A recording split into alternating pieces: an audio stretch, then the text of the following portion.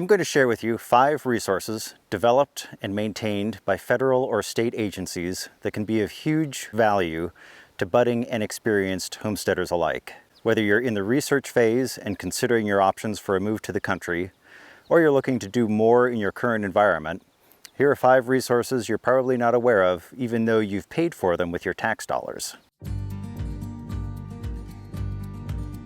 I've often heard it said that the best bug-out location would be a property bordering a national forest or Bureau of Land Management-owned land, because you'll have fewer neighbors to deal with. The same can be said for country living in general, even if you're not a prepper.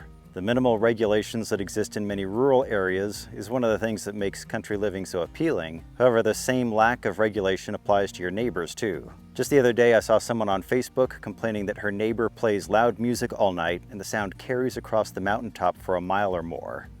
She said, "I moved to the country for peace and quiet and to get away from loud neighbors." Now, if her neighbor were a national forest instead of a human who likes loud music, her peace and quiet might not be disturbed. On the minus side, national forests and BLM land may have hikers, hunters, loggers, etc., so you have to weigh the pros and cons. And in addition to national forests and BLM land, there are state forests, county parks, local land trusts, etc.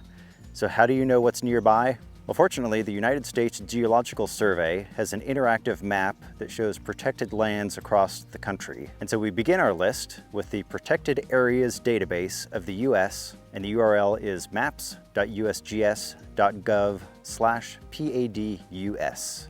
As an example, I did a search for Monterey County, California, which is where I grew up, and it takes us roughly to the middle of the county, where we can see by the colored shading that there are some protected areas right here. We have green, yellow, and red shading. To see what these are, we just click and an info window pops up. So this green area is owned by the Forest Service. It's actually the Los Padres National Forest. And down here, we can see that the public access is open. Now, the info in this database relates to basic categories. Just because it says it's open access doesn't necessarily mean you can go wherever you want. Even national forests can have restricted access areas, or certain parts might be off limits during certain times of the year. You'll need to check locally to see what's allowed. Further down, we can see this GAP status code, which gives you an idea of what sorts of activities might be allowed. Managed for multiple uses: mining, logging, and OHV use. OHV is off-highway vehicle, so dirt bikes, ATVs, and the like.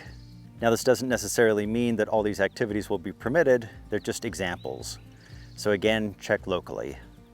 Let's close this window and click on the yellow area. This is BLM land. Again, open access and managed for multiple uses. And the red area is owned by the Big Sur Land Trust, a private conservation organization. And this property is closed to public access and is managed for biodiversity.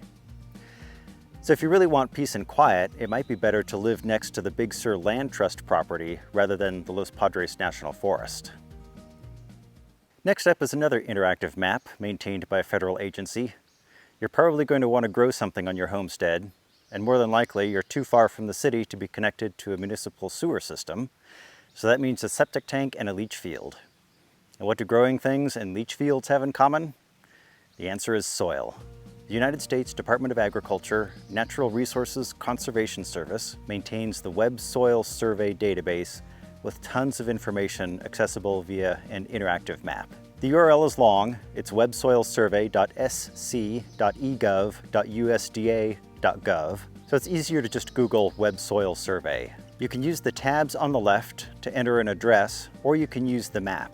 The zoom tool is selected by default, so you can just click to zoom or draw a box around an area and the map will zoom to that. Here's a tip. You have to click on the glove icon to move the map. And this here is the name of the county. The first thing you do is identify your area of interest on the map and then use these tabs to see more info about that area. Once you've found your location, you can use one of these tools, either the polygon tool or the simple rectangle tool, to outline your area of interest. Then click on the tabs to explore the details. There's a ton of info here. Here's just one quick example. in Soil Data Explorer, there's a category for sanitary facilities. One option in this list is septic tank absorption fields. Click on View Rating and the results appear below the map. The closer the rating is to 1.0, the greater the soil's negative impact on the desired use. A rating of 0 means the soil is not a limitation. And 1.0 doesn't mean it's impossible, but it'll be a challenge you need to be aware of. These tools are great for initial research and can help you know what questions to ask, but they're no substitute for seeing the site and doing your own soil testing. How do you do your own soil testing? Well, that brings me to number 3 on my list of resources. This is one that you're probably familiar with, but it's so important and such a great resource that I had to include it. It's the Cooperative Extension System, sometimes called Ag Extension. It's part of the National Institute of Food and Agriculture, which is an agency within the U.S. Department of Agriculture. Every state has an extension service. The great thing about the Cooperative Extension System is that it makes agricultural research and education available to the average American, as well as the professional farmer. The Cooperative Extension is a resource for super local expertise on farming, ranching, gardening, basically anything agricultural. I suggest Googling the name of your county along with the words Cooperative Extension. It's the home of your local 4-H program for kids and your local Master Gardeners program. It's who you call for advice when you find a bug that seems to be killing your apple trees. It's who you contact if you need to get your soil analyzed before planting an orchard in the first place. As a side note, many extension offices offer soil analysis for no more than the cost of shipping your samples to their lab. Dig around on your local Cooperative Extension's website. You'll find info on how to grow vegetables, fruits, nuts, and more, all tailored to your area and your climate. Also try to find their events calendar. Often there are plant sales or exchanges, hands-on courses, tours, and other events and seminars. And you might even qualify for a grant. For example, one of the extension agents in my area told me about a cost-sharing program to support soil conservation activities, like putting up fences to keep livestock out of creek beds. So explore the website, but also find time to go visit the office in person. Go in and tell them what you're up to and ask what resources they might have. And hopefully you won't be too overwhelmed with all they have to offer. Do you have an area on your property where you want to plant some trees? Okay, so this resource isn't free, but it is cheap. If your state has a timber industry, chances are it also has a forestry nursery. Google the name of your state and the words Forestry Nursery. Often managed by your state's Forestry Service or Department of Agriculture, forestry nurseries are great resources for large quantities of inexpensive trees. And the offerings are typically focused on trees that are commercially valuable or especially useful for soil conservation and habitat restoration. But you have to order in advance. The North Carolina Forestry Nursery opens sales for the year on July 1st. We're less than 3 weeks into that and already some trees are sold out. The seedlings are more expensive in small quantities, $2.50 each, but in large quantities the price comes down to about 60 cents per seedling. And finally, item 5 on my list of resources takes us back to an interactive map maintained by a federal agency. This time, the Alcohol and Tobacco Tax and Trade Bureau. It's the American Viticultural Area Map Explorer.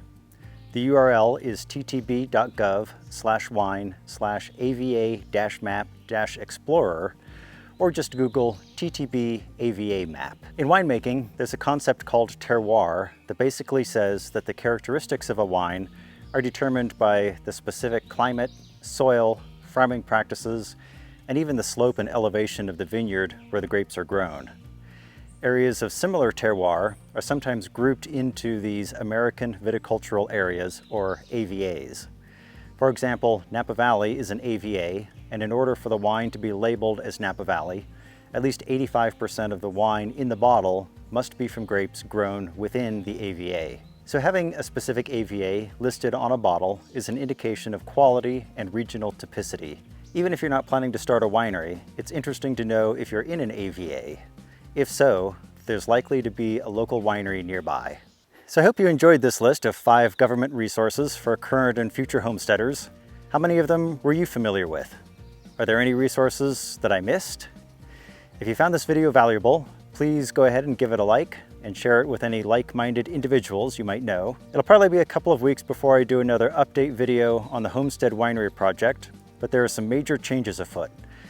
I'm contemplating a total redesign of some key elements of the project. So make sure to subscribe so you don't miss the next update.